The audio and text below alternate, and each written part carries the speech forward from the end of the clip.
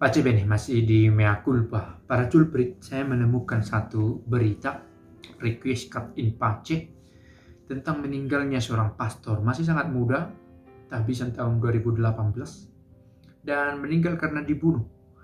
Eh, Tidak diketahui apa persoalan sebelumnya yang dialami oleh pastor ini, tapi ini mau mengatakan bahwa pekerjaan ini rupanya beresiko juga. Ada saja gangguan yang mengancam, dan karena itu harus tetap berpasrah pada penyelenggaraan ilahi. Pastor ini bernama Joseph Tran Ngo Tan, seorang Vietnam, dan dia tinggal di Vietnam di satu keuskupan namanya Kon Tum. Oke, dia anggota dari satu ordo predikatorium, ordo pengkhotbah Dominikan biasanya disebut. Dan dia masuk ke Dominikan ini tahun 2010. Boleh dikatakan sebenarnya dia punya banyak waktu sebelumnya, sebelum masuk ke biara, karena dia lahir tahun 1981. Umur 30 tahun dia baru masuk biara. 29 atau 30 tahun. Nah, peristiwa pembunuhan ini terjadi di komunitasnya, sekitar katanya 40 mil jauhnya, di satu tempat bernama Dak Mot. 40 mil jauhnya dari keuskupan, dari pusat keuskupan di Kon Tum.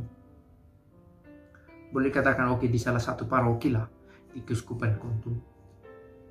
Nah, kala itu pada peristiwa ini terjadi pada hari Sabtu, dia sedang mendengarkan pengakuan dosa sebelum merayakan misa sore, dan itu adalah misa terakhir, misa pada hari itu. Saya pikir ini juga kebiasaan di beberapa gereja dan umum, bahwa ada pengakuan dosa sebelum perayaan Ekaristi dilangsungkan bersama umat.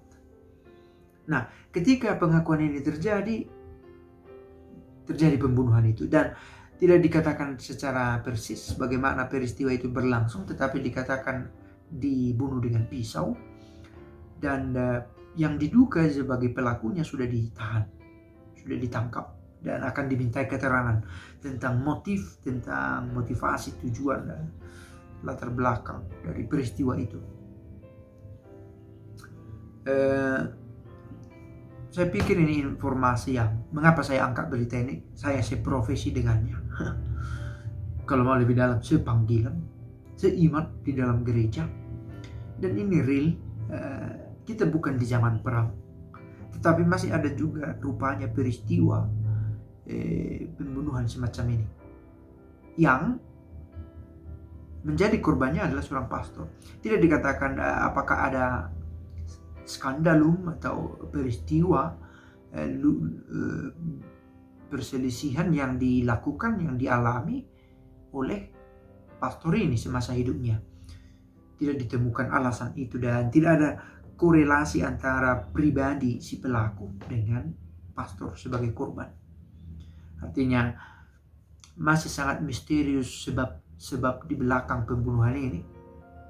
Dan boleh jadi ada intervensi dari pihak lain yang sebenarnya memiliki urusan tentang pastor ini, baik sebagai pribadi atau juga sebagai peran sebagai pastor, dan tentu di Vietnam sendiri dengan situasi politiknya yang khas di sana. Oke, beristirahatlah ia dalam damai, dan saya pikir beginilah saya pikir tidak selalu nyaman dan aman untuk merayakan iman itu. Ada saja cobaan, ada tantangan, tapi justru dalam tantangan itu iman semakin bertumbuh, dan mudah-mudahan juga semakin berbuah. Peristiwa ini menjadi viral, menjadi informasi untuk dikonsumsi oleh semua orang, lebih banyak orang bahkan dengan media sosial ini, dan mudah-mudahan juga menyalakan iman umat beriman. Masih sangat muda, 3 tahun lebih dihabiskan menjadi imam, dan di usia 41 tahun. Saya mendapat informasi tambahan juga sebenarnya, mengingat saya tinggal bersama seorang pastor Vietnam di sini, Nguyen. Dan ada juga intrik-intrik yang terjadi di sana yang ya bukan persoalan yang harus diketahui oleh banyak orang, tetapi demikianlah hidup beriman tidak selalu gampang. Maka sekali lagi di Indonesia kita umumnya lebih aman, tentram, tetapi di satu sisi itu bisa melemahkan juga. Kita tidak ingin persoalan-persoalan, tetapi kesulitan acap kali membuat hidup beriman kita semakin diuji, semakin dimatangkan. Maka sekali lagi beristirahatlah dalam damai. Pastor Joseph Tran Ngoc Thang menjadi pendoa, menginspirasi orang-orang untuk lebih mantap dalam imannya. Semoga dan pace bene.